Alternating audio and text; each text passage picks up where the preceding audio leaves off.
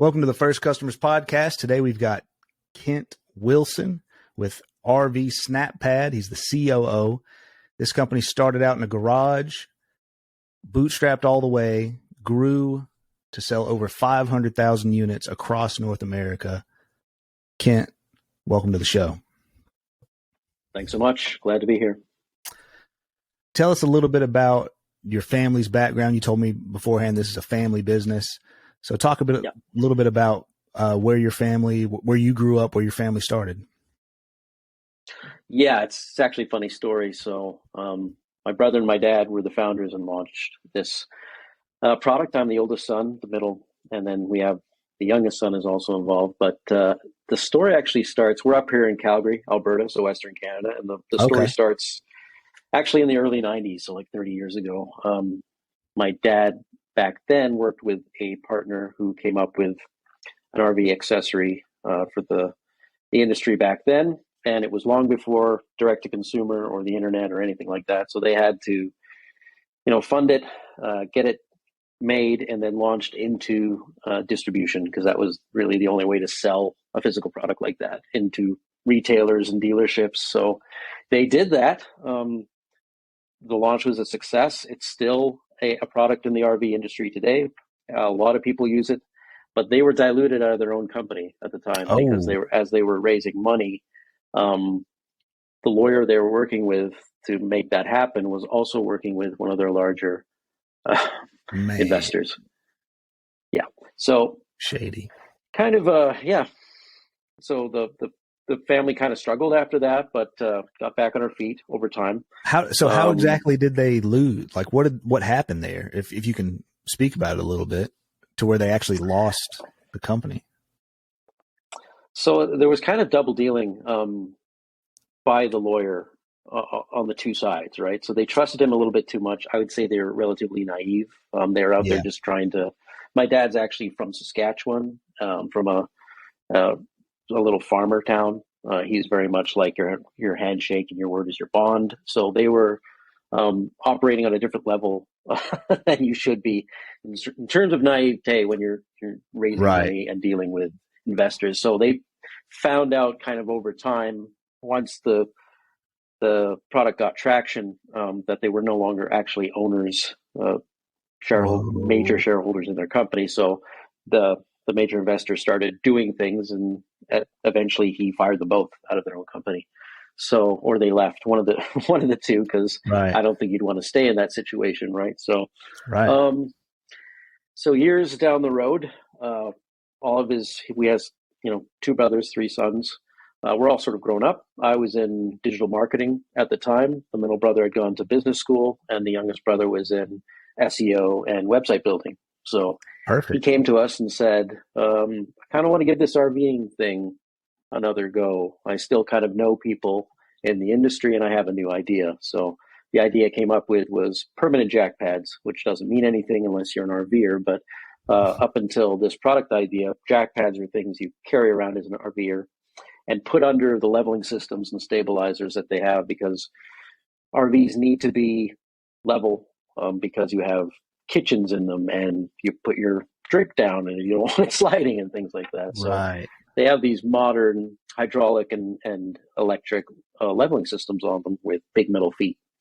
And the metal feet can sink into ground. It can damage concrete or asphalt. So people for a long time, and still do, were carrying mats and blocks and other things to put under these things. And we just made up a product that snaps on, SnapPad. And it's kind of like a shoe for these metal feet that come out. It eliminated a lot of hassles. So he said, let's try to take this to market. So that was the start of the company. Wow. And what was the product before in the first RV related company? It was called Lynx Levelers. And they're these orange blocks that look like big Lego blocks, and people would drive up on them. And they're still pretty much a staple in the industry. You'll see them everywhere if you go RVing. So still a thing, which is both nice and galling, but it is what it is, right? That's amazing that they were able to come up with two winning products. Yeah. Do they compete with each other, the product, as far as the functionality of what they do? It sounds slightly different. A little bit. they're in the same sort of leveling accessory Mm-hmm. segment of the market. The permanent jack pads is kind of a brand new market segment. Nobody's done that before, so it's kind of like comparing a flip phone to a smartphone. Like Okay. they're kind of in the same segment, but one is kind of that Gotcha. quantum leap forward, right? So Okay. in some ways they compete, in some ways they don't at all. Gotcha. All right. Yeah. Well, talk about some of the tactics when you guys were launching the new like shoes, the snap-on version, the SnapPads themselves. Mm-hmm. Talk about some of that. How did you guys get those first customers? Yeah, so that was the fun part. We met a manufacturer in the US who was willing to sort of take a chance on this completely unproven product. So it was a rubber manufacturer. That's what they're made out of, recycled tires. So we got that in place. We got the prototypes done. We tested them with a third party just to make sure they wouldn't fall off while people are driving, because that's a lawsuit and a half. Okay, right. So you said they're permanent, so they literally just stay on those feet always. And you said it's made of like pure rubber? It's made of a mix of recycled rubber crumbs. So they take tires, break them down into like almost a powder, and then we put them back under pressure with a urethane binder. So they take the form that they have, and then they're literally just snap on with. They have a cavity and a lip that just goes over the foot. So so we found someone like a green product in a way, like it's made of recycled materials and stuff. Yeah, absolutely. So we've kept a couple 100,000 pounds of tires sort of out of landfills in the US because of this product. So yeah, beautiful. Nice little brand halo that came along with what we're doing, right? So so we got that in place. We got a name. We sort of registered the company. My brother and my dad were sort of working full time on this for about 6 months before we launched the company officially. My brother had bought a house with some friends and then sold the house, so he's literally living off those proceeds just to get by. So what we did was, as I mentioned earlier, my dad still had a few contacts in the RV sort of space, and we started going to ownership sort of groups and message boards and communities online, and just sharing the idea of the product to say, do you think you would use this? Does this sound good to you? Would you try it? So it was very much grassroots based, because we were, as you said, completely bootstrapped. There was no VC funding here. We weren't sitting on a couple $1 million that we could put into market for marketing. So it was literally we made a one-pager website. We had a free Shopify button for the buy button. We'd done one sort of photo shoot with the prototypes of the products. We found sort of an RV dealership in town that was willing to let us do that. And the page, we had one product sort of foot size that was put into 3 different SKU packages and said, all right, let's put this out there. And the day we launched, we got our first for sale. Wow. Guy came up, put it in his cart, abandoned his cart. We emailed him immediately and said, why did you abandon your cart? He said, you have a shipping charge. We took the shipping charge off and he bought. Wow. First day. Yeah.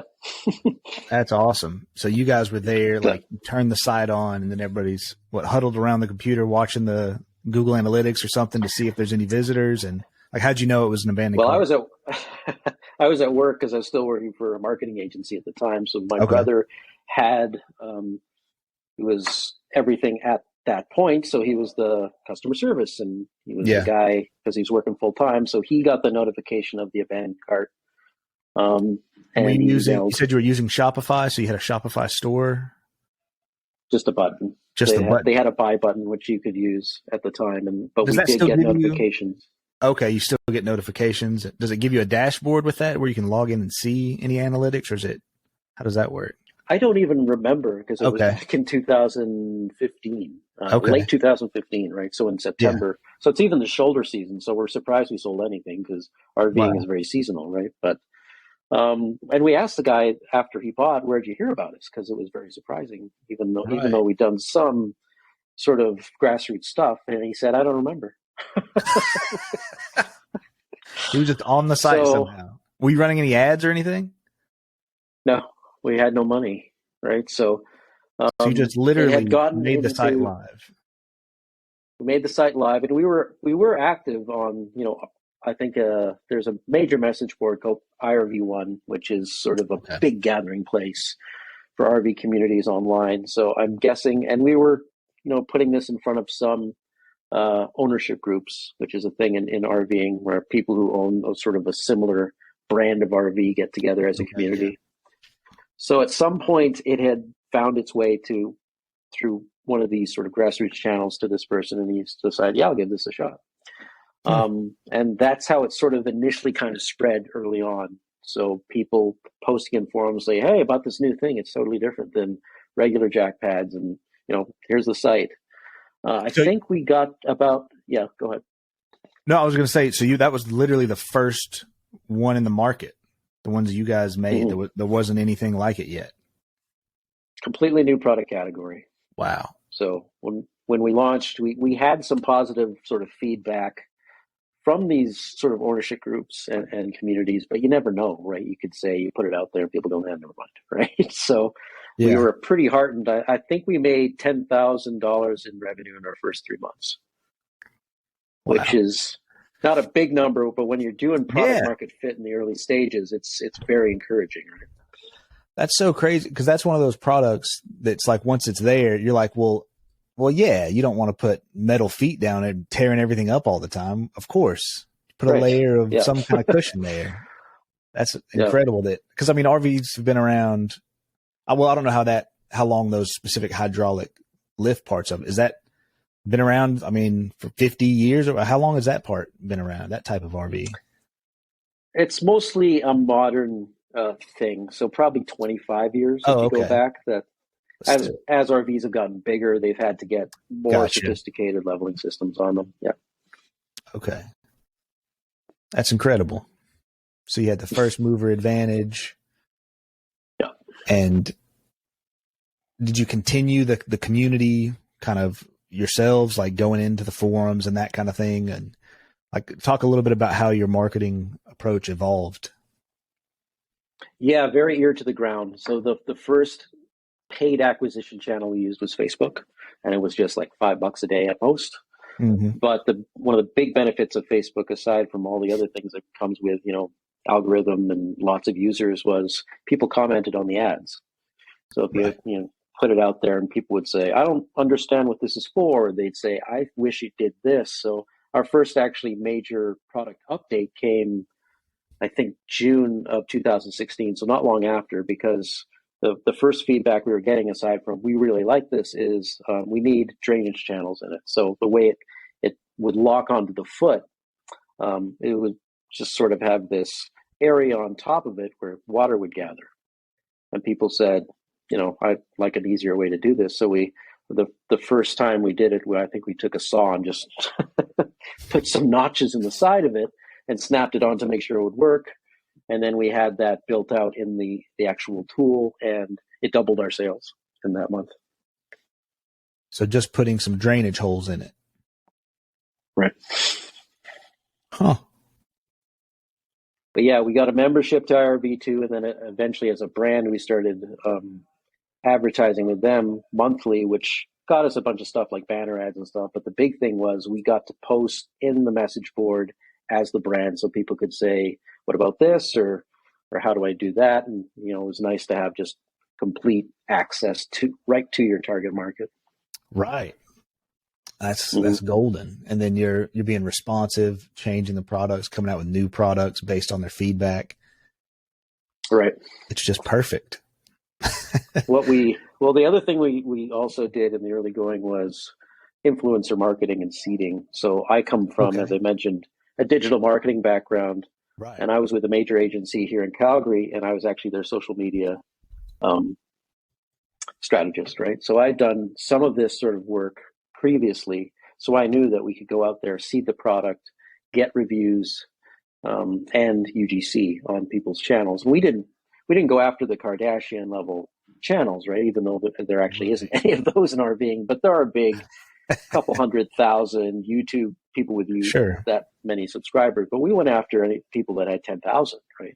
Yeah. But that instantly, was a huge shot in the arm, because you get that it's way more credible when it's somebody living the life, trying it out in front of people, and then you can leverage that content yourself. But we've had influencers that have sold tens of thousands of dollars worth of product in a couple month period, and they don't have the hundreds of thousands, like I said, 10,000, 20,000 people in their audience, and they're selling out for us. So wow. Because I guess if they don't have anything like it, since you guys were the first ones to come to market with it and they use it, I mean, it's definitely solving a problem they personally really do have. It's not like some, low effort product promo where you can tell that they're not really into promoting something. It seems like they would be genuinely excited that you've solved this problem and they're not tearing stuff up or tearing up their RV, because it seems like it would help the RV have a little longer life if the raw metal isn't getting all tore up, interacting directly with the ground. So it's like you've got all this built-in value. Well, the other thing we get was, because we launched near the top of the market. It wasn't with the sort of $20,000 RVs. It was $100,000 plus, the bigger ones. So that's a lot of retired people, baby boomers, and setting up regular jack pads when you set up and tear down actually can be a hassle, especially with the bigger sort of class A's. You got to crawl underneath them. And you're doing that with a bad back or bad hip or bad shoulder, and it solves significant pain points, especially for that sort of segment of the market. Wow. Okay, so is there? You talked about how you start at the top of the market. Does that mean you have like higher priced, high end products that you started with, like the Ferrari or whatever version of your product, and then you've worked your way back down through the different types of RVs? Well, the first one we found, the first size we launched, it was relatively ubiquitous in the market. So it's there's different leveling system manufacturers, there's different size and shapes of feet. So we picked one that was at least common enough that, we'd get a signal in the product market fit. And what happened after that is, as we got into market, we started making waiting lists, because people would get back to us, because we actually didn't know how vast the number of configurations and feet sizes there were. So people would start contacting us going, I want this for my RV, but I have size X feet and I have leveling system X. So once we got to a certain sort of threshold with a waiting list, we'd go, okay, let's make this product. So it just it was more organic than us going, let's do this. So it went from the fifth wheels, which are big towables, to the class A's, and now it's kind of come back down to travel trailers, just smaller ones that are down in the $10,000 to $30,000 range rather than the $300,000 to $500,000. Right. So have you guys covered the market now as far as all possible feet, shapes, and whatnot? We're getting close. There are some that were made and then discontinued over time, so it doesn't make sense to make a product for those. The last sort of hurdle for us are called scissor jacks. So they're these sort of just sort of stabilizers that sit underneath a lot of travel trailers, and they have bow tie feet under them, but they all range sort of shape and stuff. So we can't make a standard thing for those. So what we've done is we've come up with a custom metal foot with a pre-installed snap pad on them. And you can buy this sort of adapter kit and take off the existing foot on the scissor jack and put on our new foot and pad. So that will be going to market probably in 2 to 4 weeks. Wow. So that seems like it's a totally different like manufacturing, assembly process and everything. If you were just doing the rubber things that kind of, snapped around it, and now you're doing a whole replacement part. That seems like a totally different like product line. And was that a big build out for you guys, like on the back end manufacturing and all that? It's been over 2 years of trying to figure out how to do it properly. Luckily, we found a rubber manufacturer and recycled tire manufacturer as well. So they make the tire crumb. They do a lot of our products right now in terms of the compression molding, but they also have an engineering firm that does metalwork. So they have a great big, it's laser etched. And they've priced it out for us. And then we had to locate a powder coater Now we're locating the hardware because we have to send the bolts and the nuts with it so you can swap out the feet. So yeah, it's been a long sort of process, but we're hoping to mostly consolidate it with this one sort of firm that can do at least 3 of these steps for us. And now they're probably going to start doing the kitting and assembly for us as well. So, but it has been a long sort of search and development cycle for sure. But I guess you guys saw how many people had that specific type of support system, and it was like, okay, if we can corner this piece, then that's X amount of potential revenue there, so it's worth it. It's over 50% of the market. Whoa. Okay. Yeah. There you go. Yeah. So yeah, you double your business. If it works, it'll be big. Exactly. Dang. This is so clean, man. It's refreshing. It's just such like, you know, because you had all the digital skills, you and your brothers, and then it's just like a clean, physical, clear to understand product. And you're just merging the two worlds of like a physical product and manufacturing and all that. And then just, you know, amplify that with the internet plus amazing like customer service tactics that you guys implement. I mean, you did it so efficiently. It sounds like just literally taking advantage of every customer. Sounds like that, but there's been a lot of stuff in between, right? So yeah, we started direct to consumer with the website, and then we got the website a little better than the one pager as we added SKUs. Right. By about 2019, at the end of 2019, we were omni-channel, so we were selling to major marketplaces. We're selling on Amazon. We're selling to distributors and dealers. And then the pandemic hit, 2020, with major, you know, we had major headway and all. We were sort of all speed, full speed ahead, right? So the pandemic kneecapped our manufacturer. It was the guy we'd sort of launched with initially. Manufacturer, yeah. And then it spiked our demand at the same time because our I was about to say, it seems like, yeah. So we got all this demand. We had to turn off marketing. We had to turn off direct to consumer, and we were 40,000 units back ordered by the end of that year. Whoa. Yeah. And it took 2 years to dig ourselves out of that hole. That manufacturer went bust. He was done by 2021. So we had to remotely find other manufacturers in the US who would do this work. And because it's a product others haven't seen, we got to a lot of people and they said, I don't know what this is, so no. Right? So yeah. But we managed it. We had to find, so our manufacturer before was also doing the shipping for us. So we had to find 3PLs remotely. We couldn't travel. We're stuck up here in Canada most of the time. So it was, too much demand is a nice problem to have. But, no, nothing helped during the pandemic. Anything that happened was kind of a nightmare. But we managed to make it work. But there were definitely times in 2020 where we thought, you know, it cratered our cash flow because direct to consumer was our cash flow mostly. And then B2B, we were getting major wholesale POs, but we couldn't fulfill them fast enough. So, couldn't make them or ship them. No, we couldn't make them. Like our manufacturer limped along for a while, but he was doing at best a quarter of what we needed, and he couldn't tell us at any one time how much he could make because he would have workers just not show up because either they didn't want to work or they were sick. So, did they get actually shut down, like forced to be shut down at some point? At the end of March, I think of 2020, they were shut down. Eventually, everything they kind of got right. So April was one of our lowest months in years when that came around, and there's a lot of we don't really know what's happening in society right now, let alone our business. So we sent everyone home. Everyone worked from home, even though we couldn't really do much aside from tell customers and wholesale clients that we don't know when we are shipping you something. So it was like that for a couple of months, actually. Wow. Did you get tempted to start melting some rubber in the basement? Pouring it in mold yourself? Well, the irony was we had found another, because the manufacturer was already starting to buckle under the level of our demand. So we were looking previous to that. Okay. We'd found someone up here in Alberta in Canada who looked like he was going to be able to scale really quickly for us.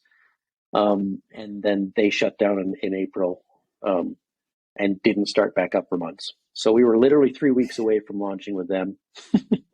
Yeah. Do you So, feel like, I mean, you have such a good perspective on the supply chain, I feel like, because of these, I mean, you were yeah. touching all the parts of it there. Do you feel like from your perspective, it's recovered, on the way to recovering?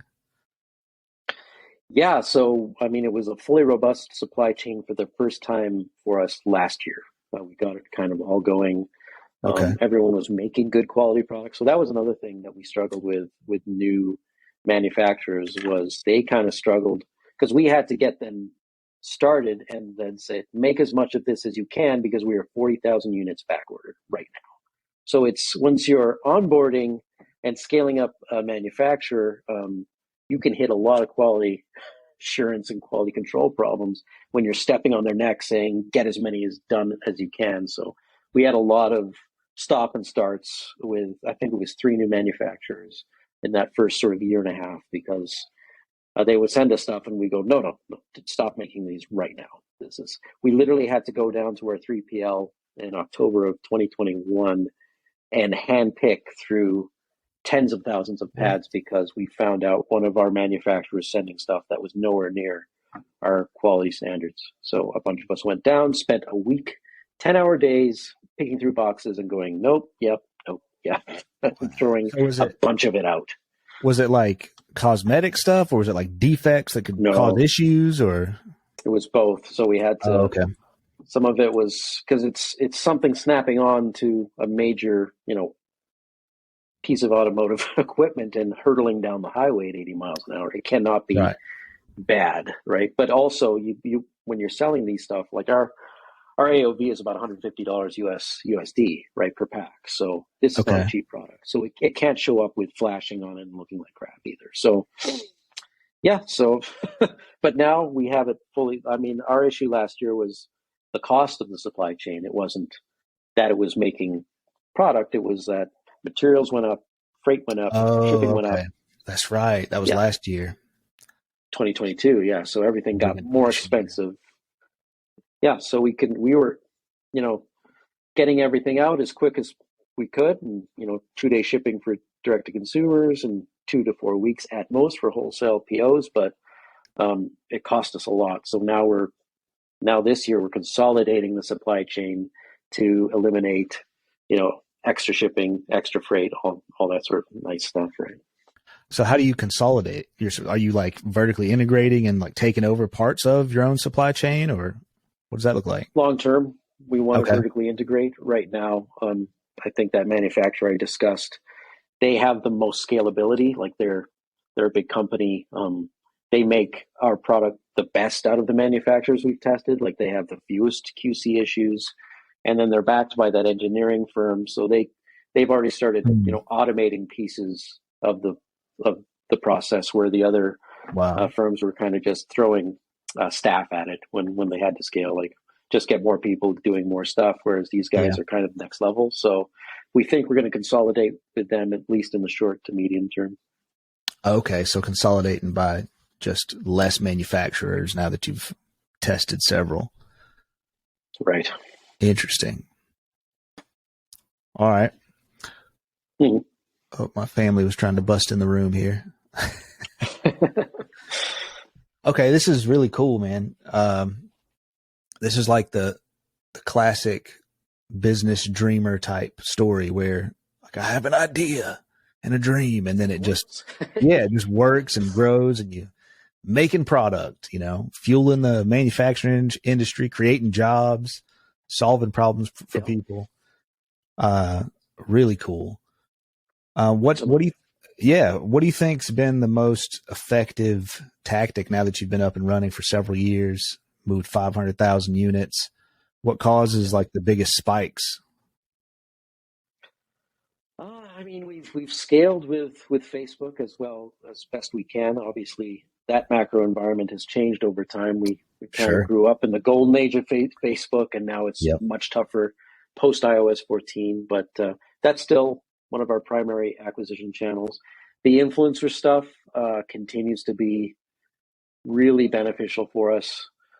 Sometimes we catch that influencer partner who, does initial review, and the content's great, the audience is a great fit. They start making sales for us immediately. So we're scaling that out as best we can in a niche like RVing. Obviously, it's not food or fashion, so there's not just endless influencers. We have to sort of hunt around and find the good fits. But yeah, I think we had one influencer who had a couple 100,000 subscribers on their channel while we were still struggling with making enough product. But they shared a video where it was just sort of a day in the life, and one of the things they did was install SnapPads, and they sold 300 SKUs, boxes for us in 2 days.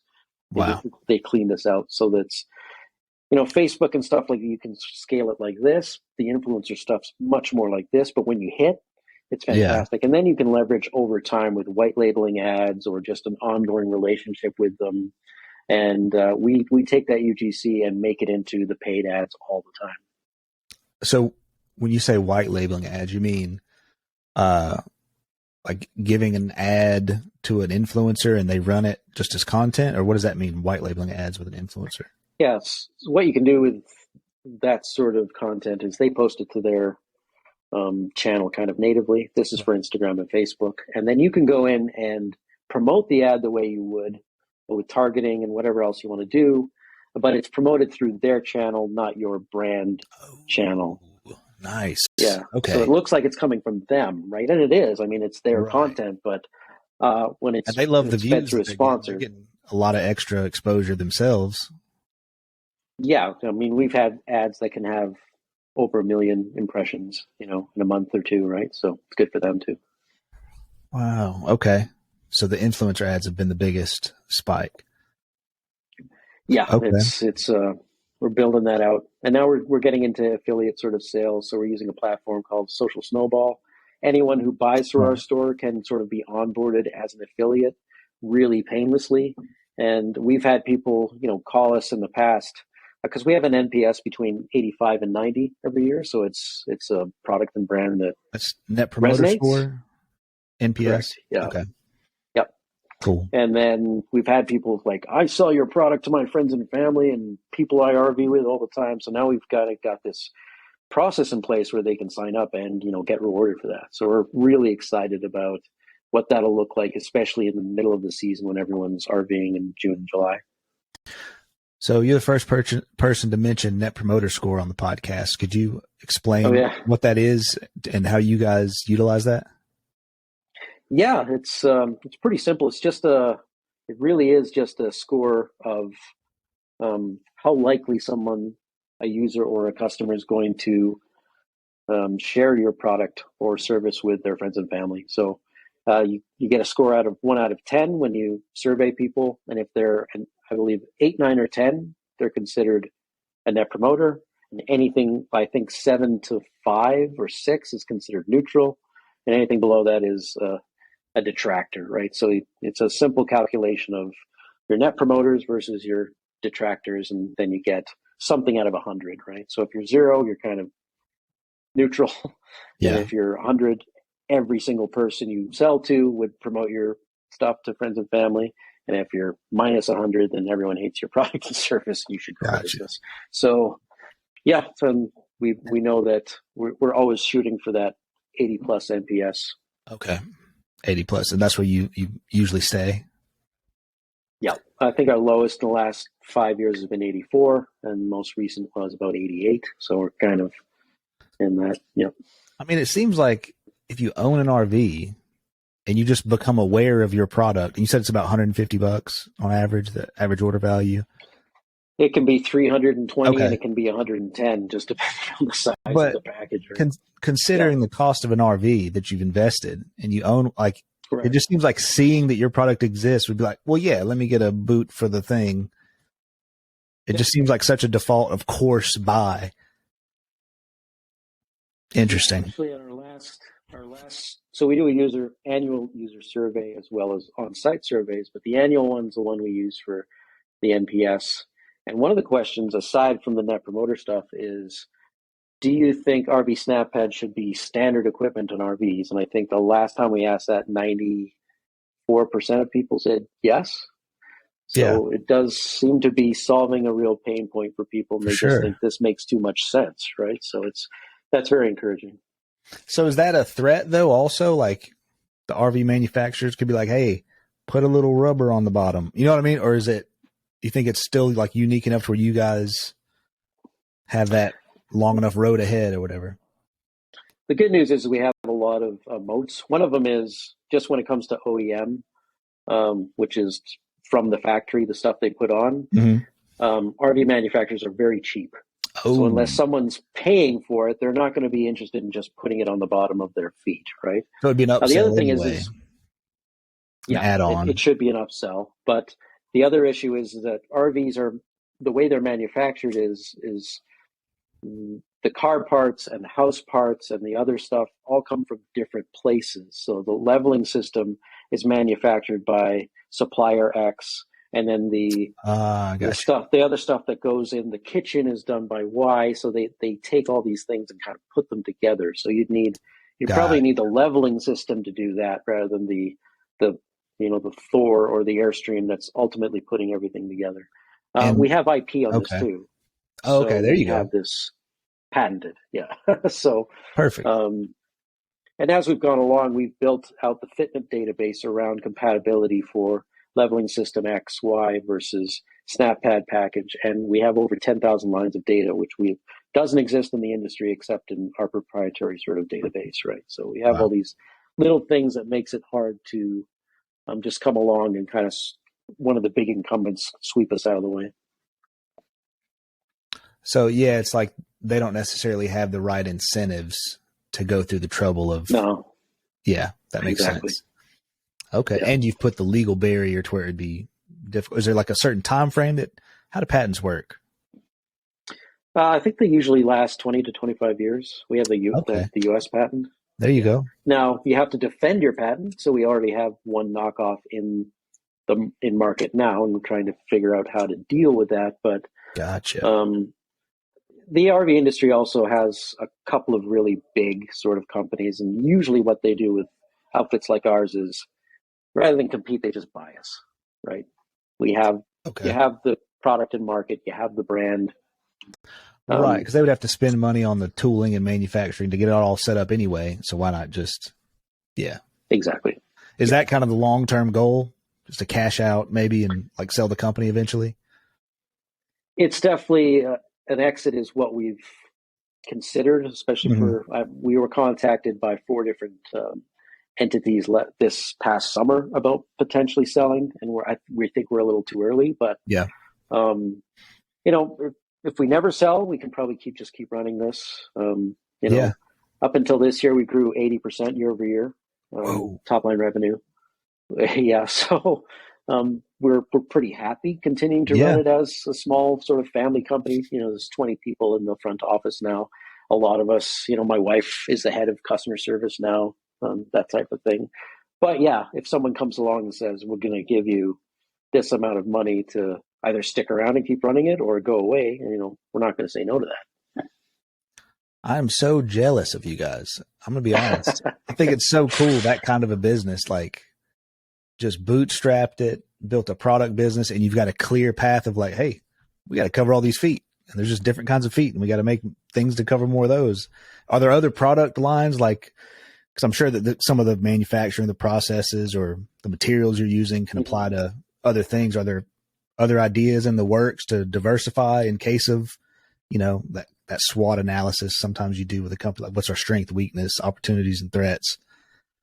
Yeah, yeah, absolutely. So part of that user survey I mentioned for the NPS stuff is one of the other questions is, would you like us to make anything else? Like, is there other RV accessories Okay. you would like from RV SnapPad? And then we've started collecting those things. And we also go out and see, can we make something different? Can we make a better version of X that now exists in the market? And we're not going to release things just to release them. Yeah. But yeah, the sort of the rubber side of things, especially because it's made in the USA, it is sustainable, so it's recycled rubber. A lot of people seem to like that, and a lot Yeah. of stuff in the RV industry now is made of plastic, and a lot of it is made overseas.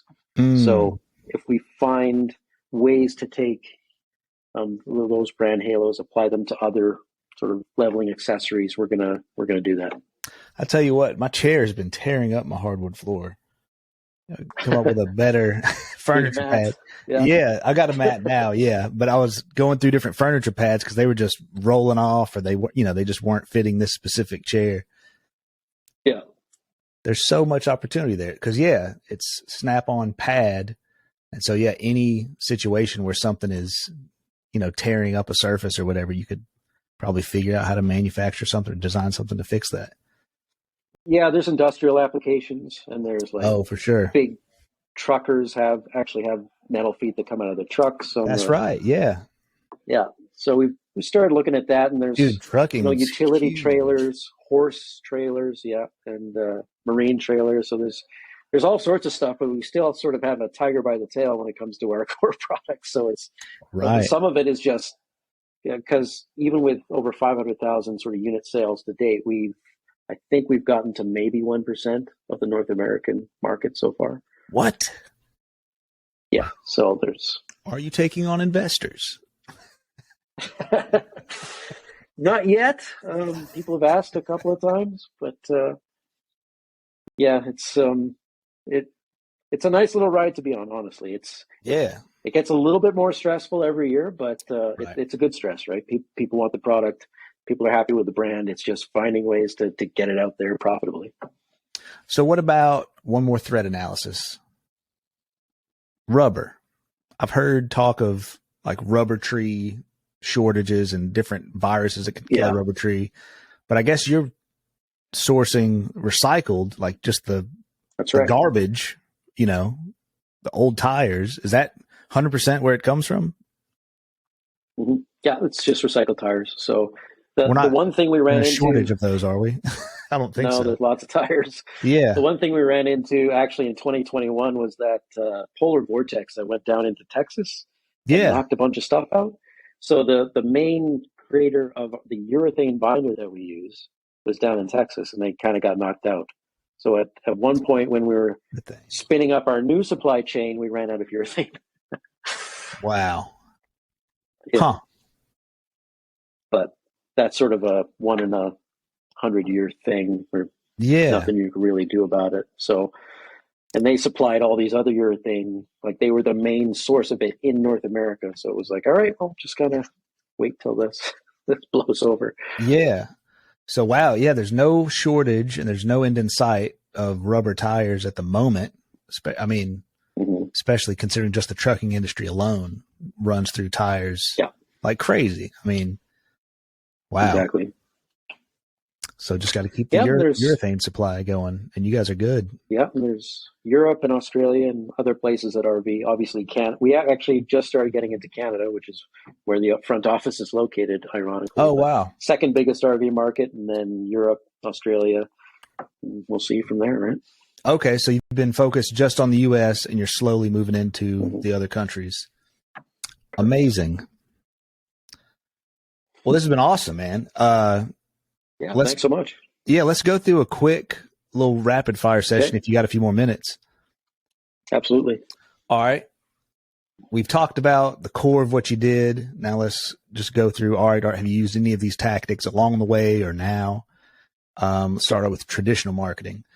Do you use like direct marketing tactics like face-to-face meetings to do sales, cold calling, or mailing physical mail to people like paper mail? Yeah, absolutely. So we haven't done the mail thing, partially because when you're dealing with RVers, they're moving around a lot. So it can be tough to nail them down, especially if they're full-timers. That makes sense. Yep. There's a million of those people in the States right now. But we did do a lot of direct-to-consumer RV shows. So you show up, and like I said, there's those ownership groups, and they'll have it's a Tiffin rally, and there's 200 Tiffin owners showing up.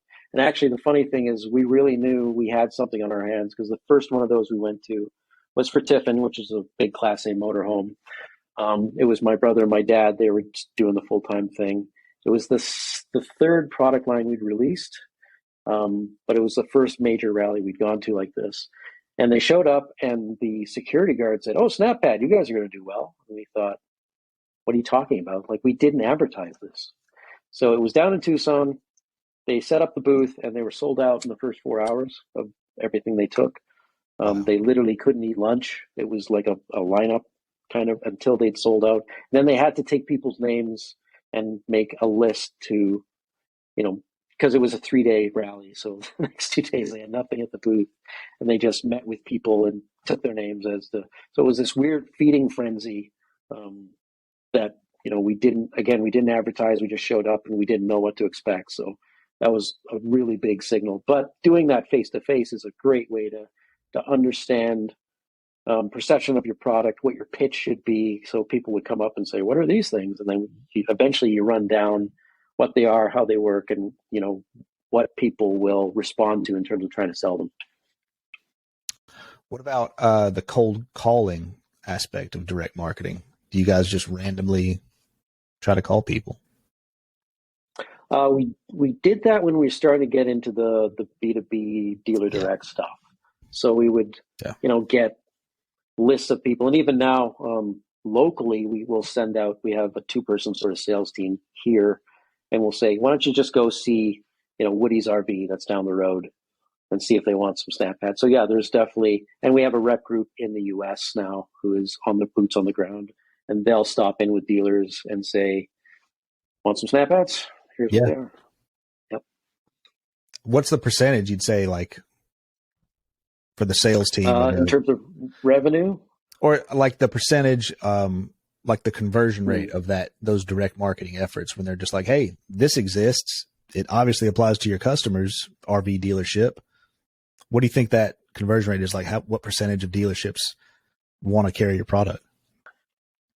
It's hard to say because we've been around as a direct-to-consumer brand, and we've been in market, and people see us on Facebook or Instagram or something. So sometimes if they've been warmed up by that and they see the value, then it's an easy sale. The other thing we do have is phone for our customer service team here. So we don't call people, but people call in, and that close rate, it's got to be over 25%. People calling in interested about the product, and us just finishing the sale on the phone it may be the best converting channel we have, to tell you the truth. Wow. Customer service. Yeah. Awesome. All right. What about print media? Newspaper ads, magazine ads, bulletin boards, where you stick a business card up or a flyer or something, any of those kind of old school tactics? Magazine ads are big in the industry. So a lot of... there's RV magazines, right? Exactly. So, and a lot of the industry guys for the B2B side have industry specific, dealer specific publications. And there's a lot of old school people still in the RV industry. So if you look at their website, it's from 1995. And they still lean into traditional pretty hard. A lot of the distributors and stuff. So yeah, definitely, print magazines and, we're putting QR codes on them now. See if people can get them back to a website or a landing page. But yeah, it's just a big full page RV SnapPad mag ad. What about broadcast media like TV or radio ads? No, not really. I think we're a little too niche for that, but I do like interacting with new media like podcasts and stuff. So there's RV specific and business specific podcasts, which I find a lot better, right? That makes sense. Sales promotions like physical coupons, discount cards, loyalty cards, anything like that? Well, on the direct-to-consumer side, it's all digital. So it's all retention marketing or pop-ups or, coupon codes that go with an abandoned cart or things like that, right? So we're just going to start getting into bundling. And I mentioned the affiliate stuff, which is code-based. On the other side, we're learning ways to incentivize wholesale at the dealer level sales. So the thing with accessories when you're selling them for RV dealers is they care a lot more about selling a big RV than they care about whatever accessories go on top of it, right? So we're finding ways to scale that side of the business aggressively by, because a lot of RV dealerships right now will buy something, stick it on a shelf, and wait for someone to come in and say, hey, I want that. But if you have parts and service managers and people who are, servicing RVs or selling like salesmen, you want salesmen, like the same way when you go and buy a car and you do the finance thing and they say, do you want 3M weather stripping, and do you want, the windows tinted? We're trying to get into that sort of process where it's like, do you want snap pads on your new RV? And we have some dealers who now sell 75% of the RVs that leave have snap pads on them now, but it's a small portion because we're just kind of getting into that side of the business. Oh, that makes sense, especially if they're getting anything fixed related to their lift system or whatever. They'd be like, hey, might have less problems if you put this on there. Exactly. All right, switching over to digital marketing. Obviously, you've said you've got a website. Are you using that to, like, for content marketing, like putting blog posts out or like generating leads through contact forms on your website? Yeah, the biggest unlock we have was, like, as you can see, the value prop and the product has really sort of caught the attention of RVers. So it does sell itself to some degree, but when people come to the website, they have to know what RV SnapPads to buy for their RV. And it's not intuitive for people. A lot of people don't really, they know that they have a leveling system, but that's about it. They don't know who makes it. They don't know what size their feet are. They don't know what shape they are. They don't really look at it very much, right? So we've had to build out an entire compatibility lead gen UX around that. So we have a search tool which interacts with our database, but we also have a no-code chatbot that we've built out, which has contingent logic. So someone comes in, we say, take this quiz or do this little submit your rig thing that we call it. And it asks them a series of questions, and at the end of it, it should spit out a product recommendation. As long as they've answered the questions accurately, it should be the right product for them, right? So, and then with that, we capture their email and we email them back if they don't buy, or if we think some of their product recommendation looks wrong to us, which means they've entered the wrong information. Okay. So basically everything is being executed perfectly. Cool. Got it. No, that's awesome. That's a great idea on the website, having that database and then the little smart chat bot with the logic and everything. And that was very iterative over time. Like, initially, we didn't think people would do that. And then we ran a promotion in July at one point, and we said, here, put your RV information in. And people were very willing to do it. We're like, oh, okay. And then it started out as just a big, bulky form with, fields people had to fill out. And then it turned into a type form. And now it's evolved into the chat bot over time. All right. You've already touched on some of the social media stuff that you guys do. You've already said that you're using Facebook and Instagram. What about YouTube? Yeah, YouTube's kind of the next sort of frontier for us. There's a lot of organic stuff that we get through the influencer seeding and stuff. So RVers seem to really prefer YouTube as the social channel. Like, they're on everything, but YouTube is big because there's a lot of do-it-yourself. There's a lot of lifestyle stuff. So if you're going to get into RVing, it helps to find someone who knows what they're doing and see how to do it properly, right? So, but yeah, YouTube and Google. We do some search engine marketing now. A lot of it's brand terms, but it's just sort of prophylactic against other people bidding on them more than anything. Gotcha. We own the category, and if people are searching for SnapPad, they're almost certainly searching for us. But right. Yeah, I think YouTube's kind of the next big, and we're going to dabble in TikTok, I think, this year too, because it's getting too big to ignore. Right. That was going to be my next question. TikTok. Okay. Yeah, absolutely. And all the platforms are adding that TikTok inspired short video as well. Right. So it's like you're going to be making the videos in that format anyway. You might as well just send it around all the platforms. Absolutely. Okay. Any chance you're using a couple of the more rare platforms, but they still have hundreds of millions or billions of users, but WhatsApp, Snapchat, Telegram, Pinterest? No, not really. We've looked into Pinterest a little bit, but that one makes sense for you guys a little bit. A little bit, yeah. A lot of our audience is, at least a lot of our buyers are male. They're over 50 typically, sometimes over 60, a lot over 60 because we started in that sort of top of the market, so we're more mature there. But yeah, it's not a lot of probably baby boomers are Snapchatting. I don't think at this point. Can't imagine. I don't myself. No. Yeah, Um, neither do I. I'm too old for it, and I'm 40, yeah, right? So I've only talked to one other entrepreneur on here that actively uses Snapchat, and I guess they're like a fashion. They use it for like a fashion client or yeah, something. They see stuff from it there, but that makes Twitter. sense. Nope. Okay. I've used Twitter sort of when I was back in the agency world, and I thought their ad engine was terrible, quite frankly. So we're not Yeah. gonna. We're still a small bootstrap company. I'm not gonna Yeah. put any money into Twitter. Yeah. I'm waiting to see what Elon Musk does with it. See if he changes it up and start hearing Yeah, some better like cost per conversion coming from it. absolutely. What about some of the things that you mentioned earlier, like community forums and that kind of thing?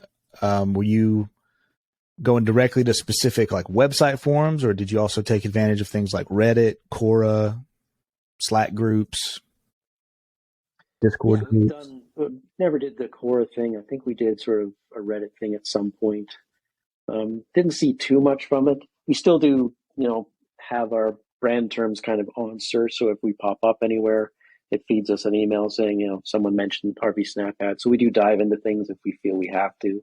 Mm-hmm. Luckily, we're getting to the point where we have a lot of customers and advocates in the community. So if something comes up, sometimes we don't have to defend ourselves anymore. Advocates do it for us, which is great. But yeah, we still keep an eye on community spaces as much as possible. So the next one kind of overlaps a couple things. You got video and the kind of the community aspect, but what about Twitch? Any RVers using Yeah, Twitch? not that I know of. So maybe I should look into that, but Maybe. no. All right. That'd be interesting. Yeah, because I Yeah, know a lot of the tech coders and gamers. They do a lot of live streaming, but I wonder if RVers are taking advantage of that. that's a good question. You mentioned Google Ads, Facebook Ads. What about you mentioned search ads? What about search engine optimization, like organic SEO efforts? You have the database on your website, but are you like actively trying to like grow rankings in some way? Yeah, so we had an influencer partner write, RV relevant sort of and keyword relevant blogs for us a while. We do our own stuff when it comes to that. We do partner with publications sometimes on the editorial side of things. So it's either a company feature or we can write about our product or leveling in general from an educated point of view because we had to become obsessed with leveling systems naturally. So Yeah. yeah, we definitely, and we're very lucky in that, as we said, we created the category we're in. We think over time, even if other people start making permanent jack pads, people will refer to them as snap pads because it was the first mover sort of thing, and like Xerox paper Okay. or Kleenex, right? Right. So we're lucky in that we dominate the brand terms pretty easily, and then if anyone's looking for permanent jack pads or jack pads, we are right near the top now. Okay. And how are you like tactically or like labor wise achieving all of this? I know you came from the agency marketing, digital marketing agency background. Your brother had some background. So are you guys full in-house marketing agency? Or are you relying on other agencies as well? Right now we're in-house. We have partnered with agencies a couple of times. We have other vendors, as I mentioned, the rep group that's on boots on the ground in the US for us. We have a bookkeeping outfit that helps us with the financial side, and anyone who's gotten into direct to consumer and started to have revenue knows that finance has become really, really important as you scale. So that's been sort of a big eye opener for us over time. But yeah, and I am now starting to look back into vendors as we come out of the sort of supply chain winter that we were in and go back into, okay, here's how we scale again. So we're not to the point where I want to hire a full in-house team, but we do have junior marketers. We do have a dedicated influencer and social media marketer too, because that started to get a little overwhelming. So what's a dedicated influencer? Sorry, influencer management. So they Oh, do the okay. social, Gotcha. but they also A do all the dedicated person. relationship building and Okay. seeding. Yeah. Yeah. Gotcha. Yeah. That's what I Gotcha. meant. No, that makes Yeah. sense. Last thing, do you ever use, and this is going back to the old school, but now they're kind of a mix of both, physical billboards or digital billboards in physical locations? Never have. I think that's Okay. kind of the next step for us. Really? I know that maybe. There is a new vendor outfit platform. I forget what they're called off the top of my head, but I know that they do sort of billboards on, I guess if you can call them billboards, or truck sides. Okay. Physical trucks that are driving around, Yep. and they allow you to Who knows? target, like geo-target where they're going to be, and they have some sort of way to measure brand lift and all sorts of, like, they're very sort of next level when it comes to that previously traditional form of marketing. So we're starting to think about that when it comes to major RV rallies and stuff, because there's rallies that can draw hundreds of thousands to even 1 million people in the US. So it might start making sense for us to have physical traditional marketing around those events when they're happening. Yeah. Okay. Especially, I guess, the digital billboard, you could just buy some time during that event and then it cuts off immediately. Exactly. Yeah. It doesn't have to be there for the month or something. Right. Right. Okay. I'm surprised by that. Yeah, but it makes sense after you say that. Yep. Okay. Well, I think that's it, man. This has been amazing. Thanks. Yeah. Yeah. I wasn't sure what I was walking into when it was like, I was like, okay, some RV products. And I was checking out the site. I was like, okay, but this has been incredible. Really. Really cool story. Yeah, I've enjoyed it. I appreciate your time, Kent. Thank you so much. Thanks again.